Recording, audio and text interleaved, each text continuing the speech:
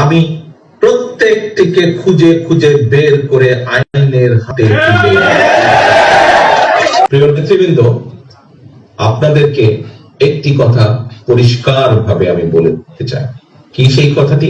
পরিষ্কার কথা, যারা নিজের স্বার্থে, সেটি দলের ভেতরে হোক অথবা দলের বাইরে থেকে এসেও যদি কেউ দলের নাম ব্যবহার করে হোক, নিজের স্বার্থে রক্ষার্থে এমন কোন কাজ করেছে বা করছে বা করার উদ্যোগ নিয়েছে যার কারণে আমাদের এই প্রিয় দল বিএনপির মর্যাদাহানি হবে, সুনাম নষ্ট হবে, আপনাদেরকে এক বাক্যে আমি বলতে চাই, তাদের প্রত্যেকের বিরুদ্ধে আমি আমার অবস্থান থেকে ব্যবস্থা নেওয়া অব্যাহত ছিল, আছে এবং থাকবে।